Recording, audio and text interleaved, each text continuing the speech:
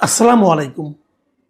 প্রিয় দর্শক, সারা দুনিয়া এখন কিন্তু একটা আতঙ্কের মধ্যে রয়েছে। দুনিয়ায় পরিস্থিতি কোনোভাবে এটাকে আপনি স্বাভাবিক বলতে পারবেন না। মানুষের মধ্যে আতঙ্ক, তাহলে কি তৃতীয় বিশ্বযুদ্ধ শুরু হয়ে যাবে?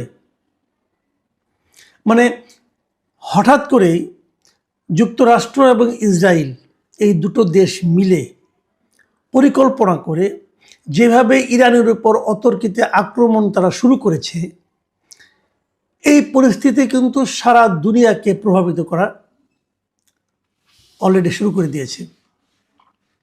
অনেক জায়গায় তেলের দাম বেড়ে গেছে, অনেক জায়গায় বিমান চলাচল তো প্রায় অর্ধেক বিমান চলাচল কিন্তু বন্ধ। সারা দুনিয়াতে কোথাও কেউ যেতে পারছে না। মধ্যপ্রাচ্যের সঙ্গে আমাদের দেশে বিমান চলাচল প্রায় বন্ধ, দুই একটা জায়গা ছাড়া। এবং কে যে নিরাপদ থাকবে, কে যে নিরাপদ থাকবে না, সেটাও বোঝা যাচ্ছে না।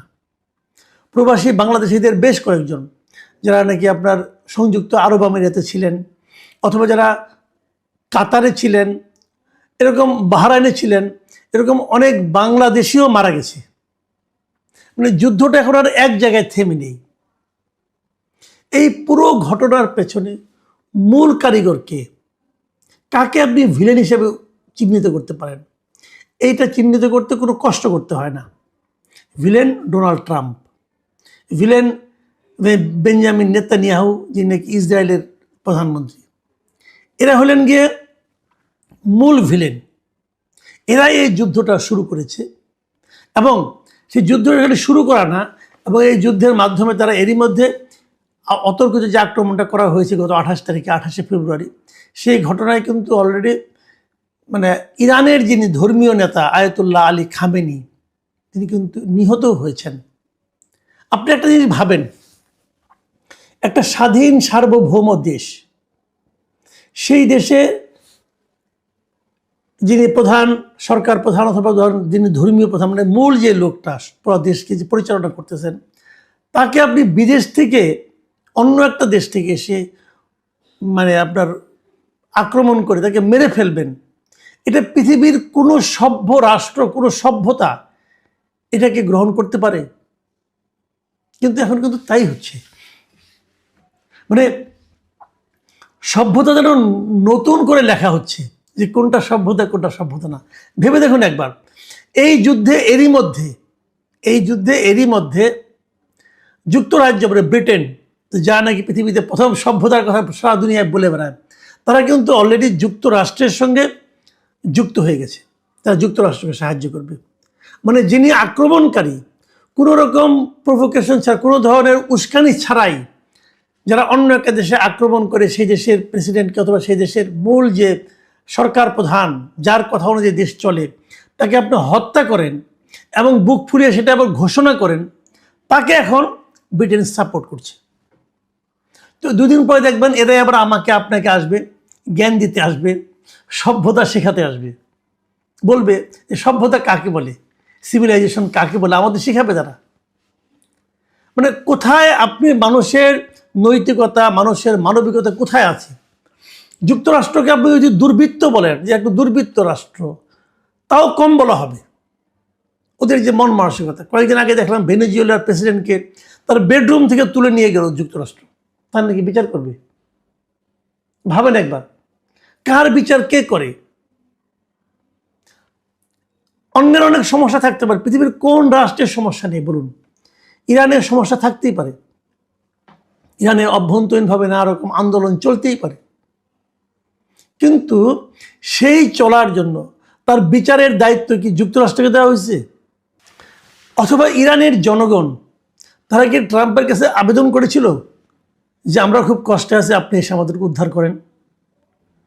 দেখেন, শনিবার দিন আক্রমণ হয়েছে, এবং ট্রাম্প শনিবার দিন ভোরে সে আবার মানে বুক ফুলিয়ে কথাও বলে সে কি বলেছে? সে বলেছে যে এই অভিযানটির লক্ষ্য ছিল তেহরানকে পারমাণবিক অস্ত্র অর্জন থেকে বিরত রাখা এবং ইরানি শাসনের আসন্ন হুমকি নির্মূল করা। একটা উদ্দেশ্য ছিল। আরেকটা লক্ষ্য ছিল কি, যে শাসন পরিবর্তনও এই হামলার লক্ষ্যগুলোর একটি। মানে ইরানের শাসন ক্ষমতায় তারা একটা পরিবর্তন চায়।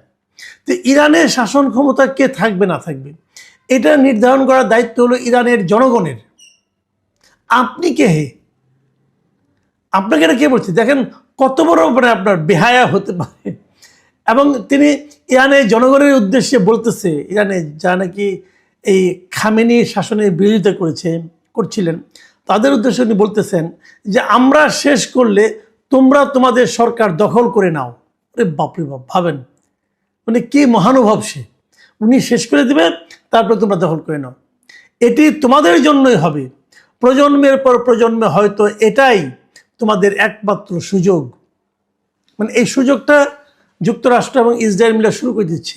দেখেন ইসরায়েলের যে প্রধানমন্ত্রী বেনিয়ামিন নেতানিয়াহু, উনি কি বলেছেন? উনি বলেছেন যে এই হামলা সাহসী ইরানি জনগণকে নিজেদের ভাগ্য নিজেরা নির্ধারণ করার সুযোগ তৈরি করবে এবং স্বৈর শাসনের জোয়াল সরিয়ে দেবে।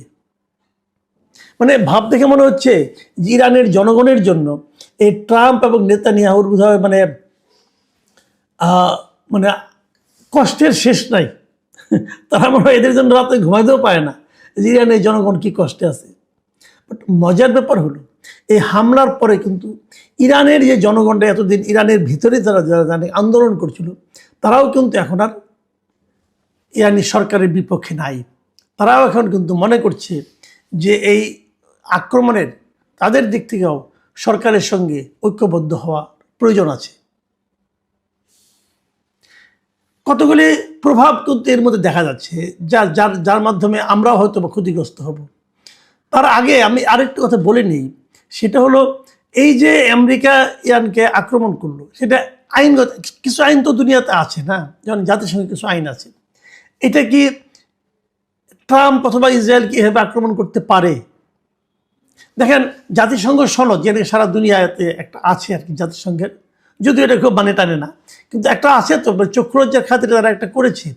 সেখানে কিন্তু বলা হয়েছে স্পষ্ট করে যে কেবলমাত্র দুইটা ক্ষেত্রে একটা দেশ আরেকটা দেশের উপর আক্রমণ করতে পারে, দুইটা কারণে। কোন দুইটা কারণ? এক নম্বর কারণ হলো যদি জাতিসংঘের নিরাপত্তা পরিষদ আপনাকে আক্রমণ করার জন্য অনুমতি দেয়, যেটা সাধারণত কখনোই দেওয়া হয় না। আর দ্বিতীয়টা হলো যদি কোনো একটা রাষ্ট্র আপনাকে আক্রমণ করে, তখন আত্মরক্ষার খাতিরে আপনি কিন্তু তাদেরকে আক্রমণ করতে পারেন। তার মানে এবার যুক্তরাষ্ট্র এবং ইসরায়েল যে আক্রমণ করেছে ইরানকে, ইরান যে আক্রমণটা করছে এই আক্রমণটা বৈধ, কিন্তু ওদেরটা হলো অন্যায়, ওদেরটা হলো বেআইনি, ওদেরটা হলো অবৈধ।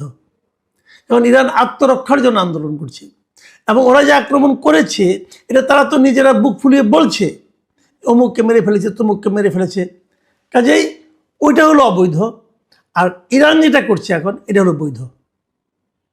কিন্তু এর রেজাল্টটা কী হবে শেষ পর্যন্ত, এটা হলো মূল কথা। এর রেজাল্ট খারাপ হবে সবার জন্যই।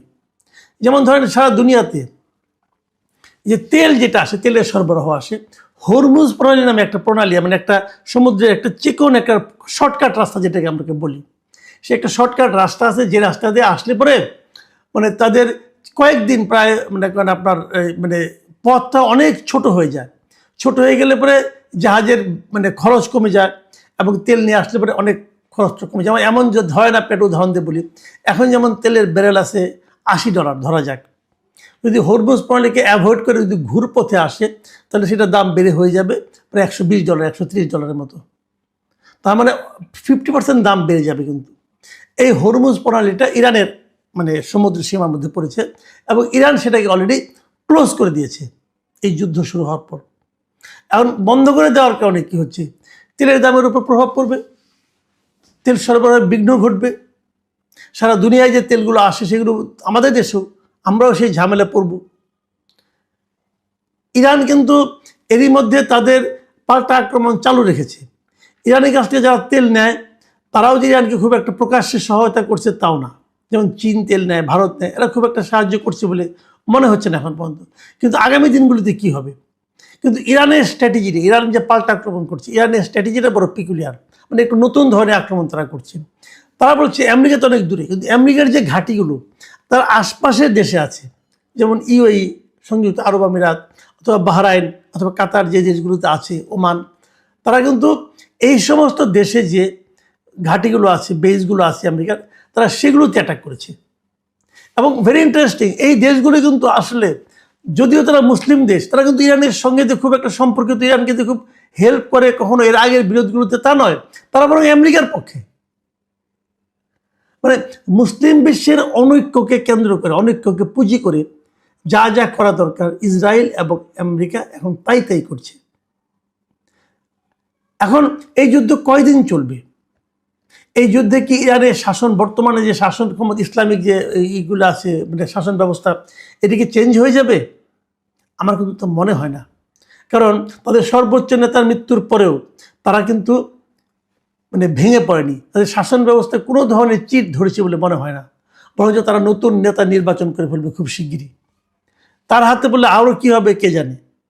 এবং ইরান যে আশেপাশের দেশগুলোতে মার্কিন ঘাঁটিতে আক্রমণ চালাচ্ছে, যদি এটা তারা অব্যাহত রাখে, তাহলে এই দেশগুলির ভূমিকা কী হবে সেটা নিয়েও কিন্তু সামনে নানা ধরনের কথা হতে পারে। মাঝখানে একটা ভিডিও দেখলাম যে ইউএইর যে বুর্জ আল খলিফা আছে, যে তার পাশেই কিন্তু একটা ঘাঁটি ছিল আমেরিকান, ওই ঘাঁটিতে তারা আঘাত করছে। একটু এদিক সেদিক হলে কিন্তু সেটা বুর্জ আল খলিফাতেও যা লাগতে পারে।